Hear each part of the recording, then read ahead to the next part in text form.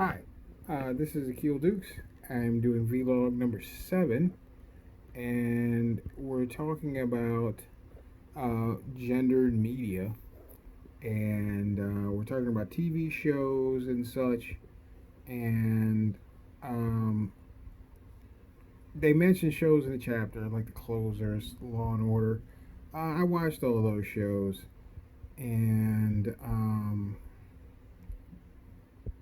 if I recall correctly about The Closer, yes, I think her name was Brenda. She was brilliant. She was a great kind of interrogator, but she was fixated on her purses and her clothes and her relationships. It was almost like Sex in the City, but serious. I like that show, and the show I'm going to talk about, her character was replaced by an actress from the show I'm about to talk about. I mostly watch The Closer because there's a lot of genre actors in it, and I watch a lot of movies. Law and Order, on the other hand, women are depicted kind of differently. Law and Order was good because they never really delved into personal relationships for men or women. The only character that I recall, or characters that I recall where they delved into their personal business, was Detective Briscoe, who was the best. Um, and as far as women, was Jamie Ross because she had a husband or ex-husband, and they fought each other in court for years. But generally, the women on Law and Order, particularly when you get into like Special Victims Unit or Criminal Intent, the women are just, they're cops. They're not depicted as soft. They're not depicted as weak. They're not depicted as people who are anything other than professional. That's why I really like that show. The other characters on it I didn't like. I didn't like uh, the woman. I don't like the woman who replaced. I can't remember the detective because she was just, she replaced one of the detectives, and I can't remember which one. And she like wasn't good. That was on like original Law and Order. Her name was Melina something. But the show I do want to talk about is Battlestar Galactica. Now, when I was a little boy and dating myself, I had a Cylon Raider, which was like the Cylon fighter, and I used to sleep with it because I love that thing so much. Original Battlestar Galactica, the female characters were very kind of weak, needing to be rescued, and they were just, that show came out in '78, so they're basically like fill-ins for Princess Leia. Princess Leia was like not a joke. Like if she needed to be rescued, it's because she's like in actual danger and couldn't get out of it. On old Battlestar Galactica, Athena, even though she was like a military officer, was just kind of like fodder for dating. Cassiopeia was just fodder for dating. They didn't really represent anything. There was no point for them. When you get to the reboot, um, because pretty much every character in it's in the military, it changes. So they gender swapped a few characters. Boomer is played by Grace Park, who's Korean. She replaces Herb Jefferson Jr., who's a black dude. Um, Starbuck is Katie Sackhoff, who is gender swapped from Dirk Benedict, who is obviously a guy. Now, Boomer is portrayed as competent, not needing of rescue. She is a military officer, knows her job, doesn't need help. When you get to Starbuck, Starbuck is like the toughest character in the show. She is brash, violent, arrogant, always in need of being like talked down before she for lack of a better word, F somebody up, including the XO of the ship. And she's putting a brig for punching him in the face. That's Colonel Ty, who's also race swapped. Um, I can't remember the actor's name, but the original Colonel Ty was like a black dude. But then again, Adama in the reboot is race swapped because the original Adama was Lorne Green.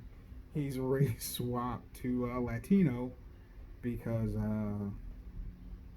Edward James almost plays him. Um, the only character that is truly sexualized is number six. Number six is a Cylon, and again, I'm not dealing with the whole dichotomy of the show, but original, they're like big robots with like a red eye that goes back and forth.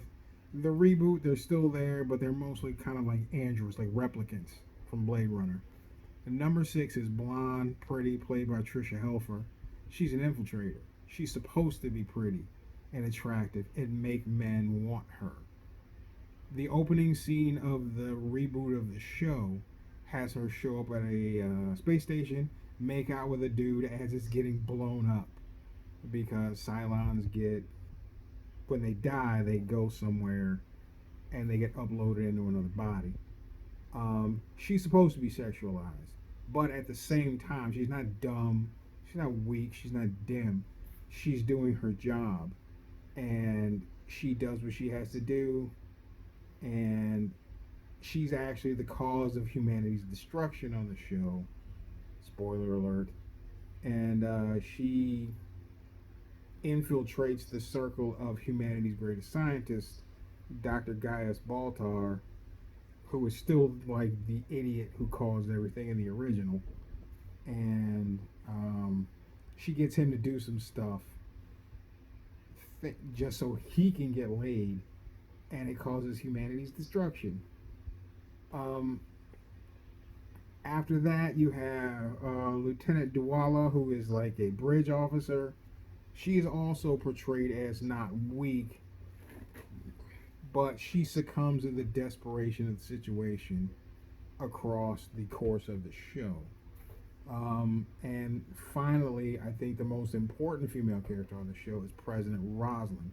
President Laura Roslin was the Secretary of Education when the calamity happened, and she's just a teacher. But across the entirety of the show, she is never weak.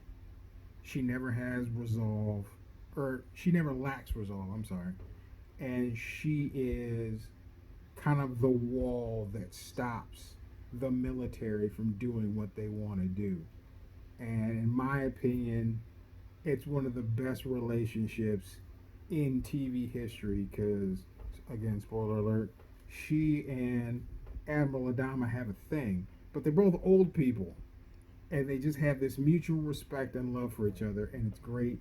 And you should watch the show because it's fantastic.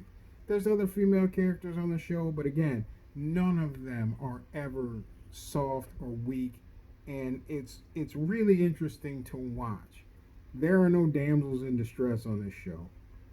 The entirety of it. It was, I think, yeah, because I'm looking at my DVD or my Blu-rays now. There's like 4 seasons of it. Everybody's kind of equally hopeless. I think that's why it works.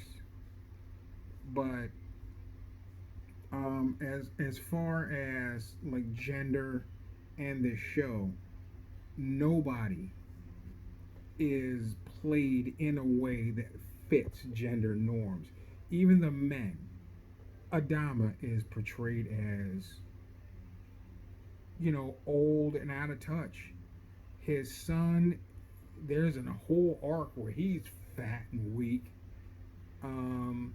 Chief Terrell, who is the deck officer who like launches all the fighters, he's got a whole thing where he has screwed up badly and has some issues.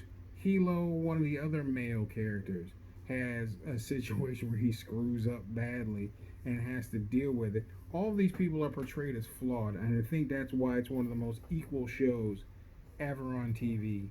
And You really ought to watch it. It's really good. I haven't spoiled too much because if you know the premise, I haven't spoiled anything. Thank you and have a nice day.